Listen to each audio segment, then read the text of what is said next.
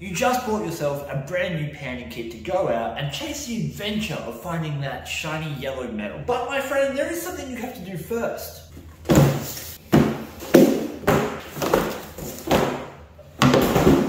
And that is season your pan. Whoa, dude, not with salt and pepper. Well, how do I do it?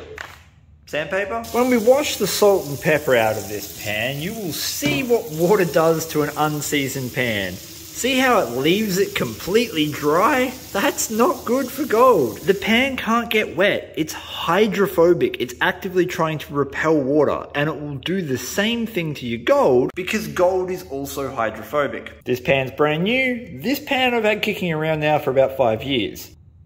Notice how anywhere the water touches on the old pan, it leaves a wet residue behind it. It actually makes the pan wet. There's no surface tension in that water, which is the exact opposite thing that's happening in this pan. The only difference between this pan and this pan are all of those tiny micro scratches. We have some gold loaded concentrates down here, all sitting in a very clearly well-seasoned pan. In a well-seasoned pan, the gold and black sands are going to grip onto all the micro grooves that have been put into it over years of use and its initial seasoning, as well as not forming a large bubble of surface tension. And you can see here that we're not seeing any gold move down, and I'm having to use quite a lot of force to even get the black sand to move down.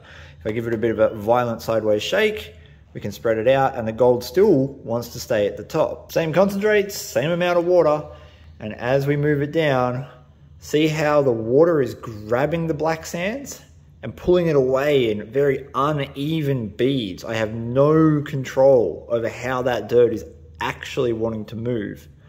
And nothing is gripping. There is no dirt between the top stuff and my bottom pan stuff, which means I have no safety barrier for if I see a piece of gold. Now, if I give it the same little violent sideways wiggle, and it all slumps down. See how it's all moving down the pan? It should be staying at the top. I can't separate the black sand and gold. Therefore, before we take our pan to the creek and try and extract some of the gold from nature, we take our sandpaper and we make this whole pan nice and rough. You don't need much. This is some 150 grit sandpaper. I know this because it's written in big letters on the back. We want to pay particular attention to the riffles and this side of the pan because that's where most of your gold is going to get trapped and where you're going to pan down from. The rest of it still needs to be done, but you don't need to be as vigorous with it.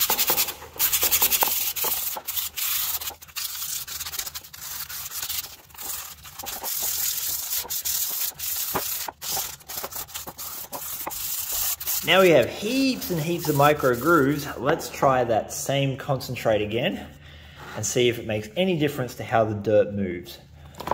All right, it's a little better. See how the water now is starting to grip on the side of the pan? It's not dissipating straight away. We might have to go over it again, but I still think we'll see a good improvement. There we go. Now, massive difference. It's not grabbing balls of material and pulling it down. We've got material in between the top and bottom piles of concentrates. And we're only getting a little bit of water gapping. So you can see the water gapping forming up here. And you'll see it just here. See how that is forming? That means we haven't got it scratched up quite enough. But it's still a vast improvement so far. So we just need to go over that like one more time. And it should be pretty close to being able to be used. I suppose my point is just because your brand new panning kit is nice and shiny, it doesn't make it good. Make sure it's all scuffed up. It's got to have a little bit of patina before you can go out there and use it. Please give your dog a big scratch behind the ears for me. Peace! And I'm out.